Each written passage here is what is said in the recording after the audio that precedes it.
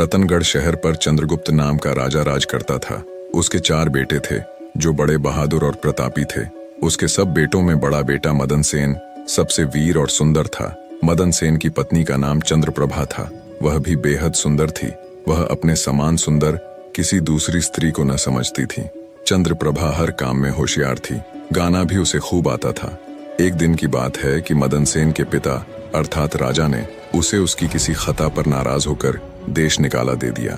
राजा का हुक्म सुनकर जब चिंतित मदन सेन महल में आया तो मदन सेन को उदास देखकर उसकी पत्नी ने पूछा, आज आप उदास क्यों हैं? मदन सेन बोला, अब तुमसे क्या कहूँ, आज पिताजी ने मुझे 12 वर्ष के लिए देश निकाला दे दिया है, इसीलिए मैं तुमसे विदाई मांगने आया हूँ। यह सुनते ही चंद्रप्रभा गश खाकर गिरी और बेहोश हो गई। उसकी ये हालत देखकर मदन सेन के रहे सहे होशो हवास भी जाते रहे। वह सोचने लगा, मैंने बहुत बुरा किया जो अपनी पत्नी को सब कुछ बता दिया। मदन सेन ने जब चंद्रप्रभा पर गुलाब जल छिड़का तो उसे होश आया। होश में आकर चंद्रप्रभा ने मदन सेन से कहा, हे प्यारे, आप मुझ दासी को छोड़कर परदेश चले जाएंगे तो मैं आपके बिन कैसे जी पाऊंगी? मैं भी आपके साथ ही चलूंगी। तब मदन सेन ने कहा, तुम मेरे साथ कैसे चल सकती हो, क्योंकि परदेश में अनेक प्रकार के संकट भोगने पड़ते हैं और तुम नर्म व नाजुक गलीचों पर चलने वाली, महलों में रहने वाली उन दुखों को कैसे बर्दाश्त कर पाओगी? चंद्रप्रभा ने कहा, हे प्राणनाथ, महल के सुख आपके बगैर जंगल के दुखों से भी अधिक भयानक प्रतीत होंगे। इससे अच्छा तो यही है कि मैं भी आपके साथ ही चलूं। मदन सेन ने सोचा कि चंद्रप्रभा मेरे बगैर नहीं रह सकती, इसलिए मुझे यह शोभा नहीं देता कि इसको तड़पता छोड़कर चला जाऊं। बेहतर यह है कि इसे भी साथ ले चलूं। इस विचार के मन में आते ही मदन सेन ने अपनी पत्नी से कहा, अच्छा, तुम उदास मत हो, मैं तुम्हें अपने साथ ही ले चलूंगा। मदन सेन की बात सुनकर चंद्रप्रभा बड़ी प्रसन्न हुई और अपने पति के साथ जाने की तैयारियों में जुट गई। अगली सुबह चंद्रप्रभा और मदन सेन शहर से निकलकर एक जंगल में पहुंच गए। जब चलते चलते थक गए तो एक उचित जगह देखकर वे एक बरगद के वृक्ष के नीचे विश्राम करने लगे। वे बहुत अधिक थके हुए थे, अतः ठंडी हवा के झोंकों ने उन्हें नींद की वादी में पहुंचा दिया। मगर कुछ देर बाद ही एक सांप ने रानी को डस लिया। सांप के डसते ही रानी तड़पने लगी। मदन सेन की आंख खुली तो रानी को तड़पते देखा। सांप को जाते देखकर मदन सेन बेचैन हो गया। कुछ देर बाद रानी विष के प्रभाव से मर गई। मृत रानी को देखकर मदन सेन ऊंचे स्वर में विलाप करने लगा। उसका रोना धोना सुनकर जंगल के जीव जंतु गुर्राने लगे। मैं जीकर क्या करूंगा, इसी जंगल में प्राण त्याग दूंगा। ये मन में विचार कर वह रानी की लाश के पास से उठा और जंगल से लकड़ियां बीनकर इकट्ठी करने लगा। वह लकड़ियां इकट्ठी करता जाता और रो रो कर कहता जाता था, रानी की चिता में मैं भी जल जाऊंगा। संयोगवश शिव पार्वती जी पृथ्वीलोक का भ्रमण करते हुए उसी जंगल में आ पहुंचे। पार्वती ने जब मदन सेन के रोने की आवाज सुनी तो उन्हें बड़ी दया आई।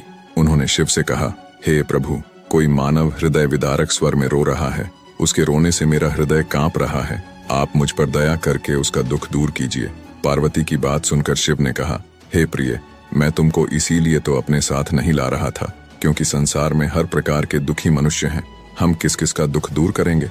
तब पार्वती ने कहा, हे स्वामी, कुछ भी हो, इसका दुख तो आपको अवश्य ही दूर करना पड़ेगा। पार्वती की बात सुनकर भगवान शिव माता पार्वती को अपने साथ लेकर वहां आए जहां मदन सेन करुण विलाप कर रहा था। शिव ने मदन सेन से पूछा, तू क्यों रोता है? तुझको क्या दुख है? मदन सेन ने कहा, मैं आपको अपने दुख का हाल कैसे सुनाऊं? मुझे इतना दुख है कि यदि धरती फट जाए तो मैं उसमें समा जाऊं।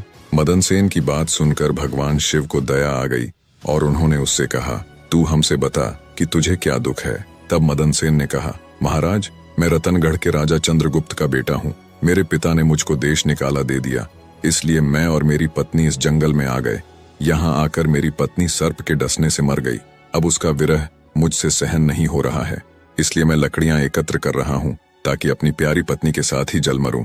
मदन सेन की ऐसी दुख भरी बात सुनकर शिव बोले, ऐ राजकुमार, संसार में आवागमन लगा ही रहता है। एक न एक दिन सबको शरीर छोड़कर जाना होता है।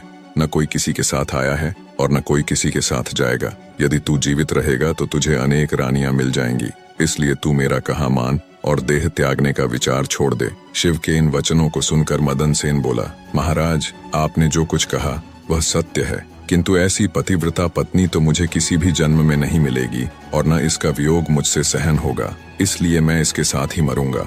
मदन सेन के हठ को देखकर महादेव जी बोले, राजकुमार, तेरी पत्नी की आयु 20 वर्ष थी जो इसने भोग ली। अब तो बस एक ही उपाय है, यदि तू अपनी आयु का कुछ भाग अपनी रानी को दे दे तो तुम दोनों की आयु बराबर हो जाएगी।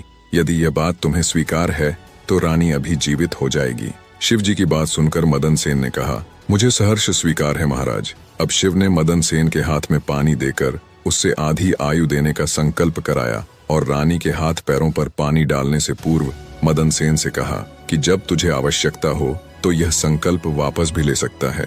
ज्यों ही संकल्प वापस लेगा त्यों ही यह रानी मर जाएगी।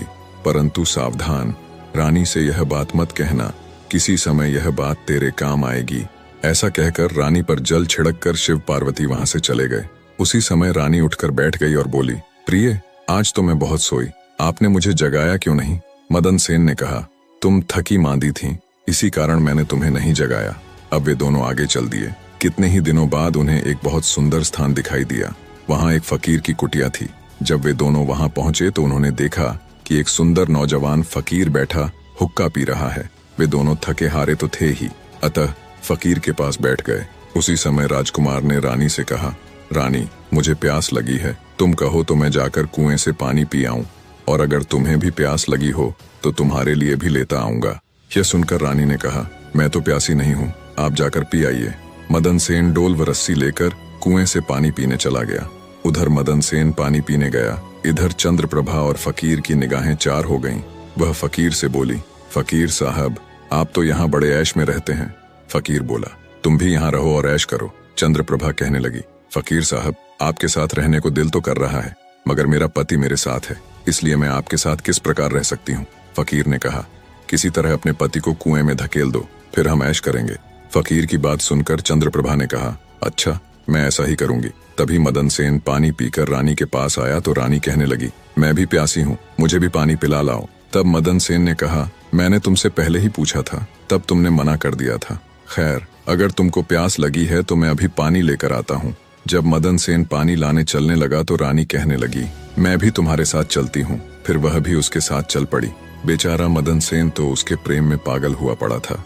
उसे नहीं मालूम था कि यह मेरे प्राण लेने चल रही है। जब मदन सेन कुएं पर जाकर डोल भरने लगा तो रानी ने पीछे से उसे धक्का देकर कुएं में गिरा दिया और खुद उस फकीर के पास आ गई। वह फकीर रानी को लेकर वहां से चलता बना और दोनों एक बड़े शहर में जाकर आनंद से रहने लगे। उस फकीर ने चंद्रप्रभा को थोड़े ही दिनों में ऐसा नाचना गाना सिखाया कि उसके समान नाचने वाली कोई नृत्यांगना उस शहर में दूसरी न थी। वह सारे नगर में प्रसिद्ध हो गई। इस प्रकार रानी के नाचने गाने के कारण वह फकीर लाखों रुपये का मालिक हो गया। रानी उस फकीर के साथ बड़े ऐश से रहने लगी। जिस समय रानी ने मदन सेन को कुएं में धकेला था, दैव योग से एक जंजीर जो कुएं में लटकी हुई थी उसके हाथ में आ गई। मदन सेन उसको पकड़कर कुएं में लटक गया और ईश्वर को याद करके सोचने लगा कि मैंने रानी को जीवन दान दिया और रानी ने मेरे साथ यह विश्वासघात किया। क्या यही मेरे प्यार की सजा है? उसी दिन बंजारों का एक काफिला उस स्थान पर आकर ठहरा। एक बंजारा बाल्टी और रस्सी लेकर कुएं पर पानी भरने आया। जब उसने बाल्टी कुएं में डाली तो मदन सेन ने बाल्टी को पकड़ लिया। तब उस बंजारे ने पूछा, कुएं में कौन है? मदन सेन ने कहा, भाई, मैं आफत का मारा एक इंसान हूँ, ईश्वर के लिए मुझको बाहर निकाल कर मेरी जान बचाओ। बंजारे को दया आ गई और उसने मदन सेन को कुएं से निकाल लिया और पूछा, हे भाई, तुम कौन हो? इस कुएं में कैसे गिरे? मदन सेन ने शुरू से लेकर आखिर तक सारा वृतांत बंजारे के सामने कह सुनाया। बंजारा उसकी नेकी और रानी की करतूत सुनकर अफसोस करते हुए बोला, त्रिया चरित्र जाने नहीं कोय, खसम मार कर खुद सती होए। यह कहकर बंजारे ने मदन सेन को सीने से लगा लिया और बोला, तुम किसी प्रकार की कोई चिंता न करो, भगवान बड़ा कारसाज है, वह सब भला करेगा। अगर चाहो तो तुम हमारे लश्कर में हमारे साथ रह सकते हो। मदन सेन ने उसके साथ रहना स्वीकार कर लिया। संयोगवश बंजारों का वह लश्कर कुछ दिनों के बाद उसी शहर में आया जिसमें रानी चंद्रप्रभा फकीर के साथ रह रही थी।